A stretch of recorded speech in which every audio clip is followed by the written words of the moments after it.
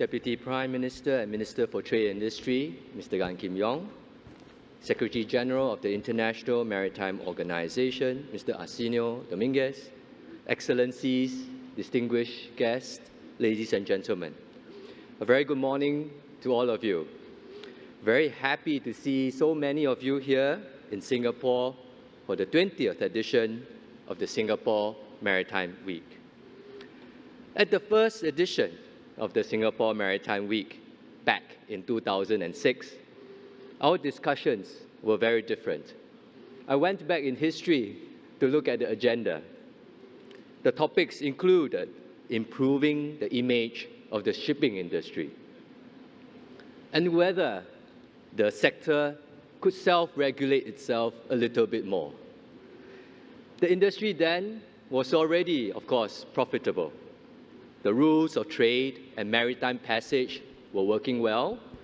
Many nations, big and small, were prospering from the open maritime order that would drive record growth in global trade in the years after. With over 80% of global trade moving freely by sea through the world's waterways, maritime trade today has become the invisible thread that links the daily lives of billions of people.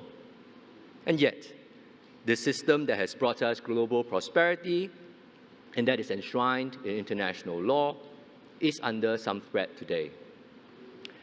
The maritime industry faces many challenges. For instance, cyber threats are growing faster than the defenses that are built against them. AI is advancing faster than the industry is adopting it. And the transition to alternative fuels, while underway, the technology, the bunkering, infrastructure, and the regulatory frameworks remain fragmented. Addressing these long-term challenges will require a global commitment. And as a maritime nation, Singapore will do its part. For example, over the past 2 decades, Singapore has invested over $500 million in maritime research and development for the future.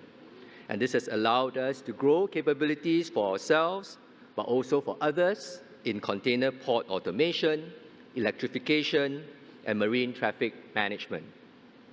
We also developed initiatives such as OceanX, a platform to facilitate data exchange between regulators, port operators, shipping lines, and other international partners so that different maritime systems are interoperable and that we have a single platform to connect end users directly to digital services and data. Today, Singapore is launching our next roadmap for maritime technology and research. And this will guide future R&D in areas such as autonomous port operations, alternative fuels, and smart ships. To fund these R&D initiatives for the maritime sector, Singapore is committing more than $100 million over the next 5 years. The theme of this year's Singapore Maritime Week is Actions Meet Ambition. Ambition alone is unmoored without collaboration, commitment, and concrete action towards shared goals. The maritime industry has thrived because all our stakeholders have committed to work together to address challenges. The IMO plays a critical role in this regard as a convening platform, but also providing leadership to drive our collective agenda.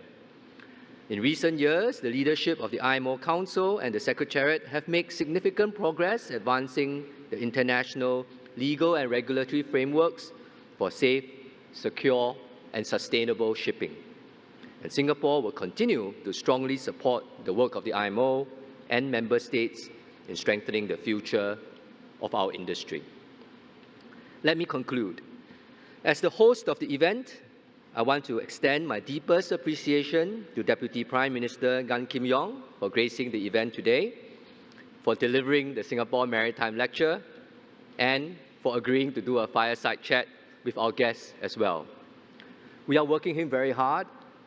DPM Gan has just returned from a long trip to the United States just last week, and we look forward to his insights on the geopolitical situation and also, of course, on the future of maritime.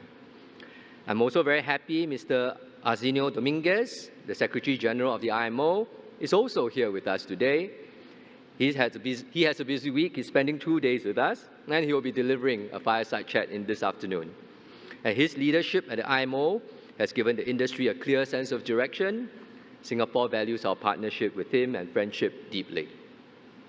Finally, to end, this year also happens to be the 30th birthday of the Maritime and Port Authority of Singapore, so I want to wish MPA and MPA colleagues a happy 30th birthday.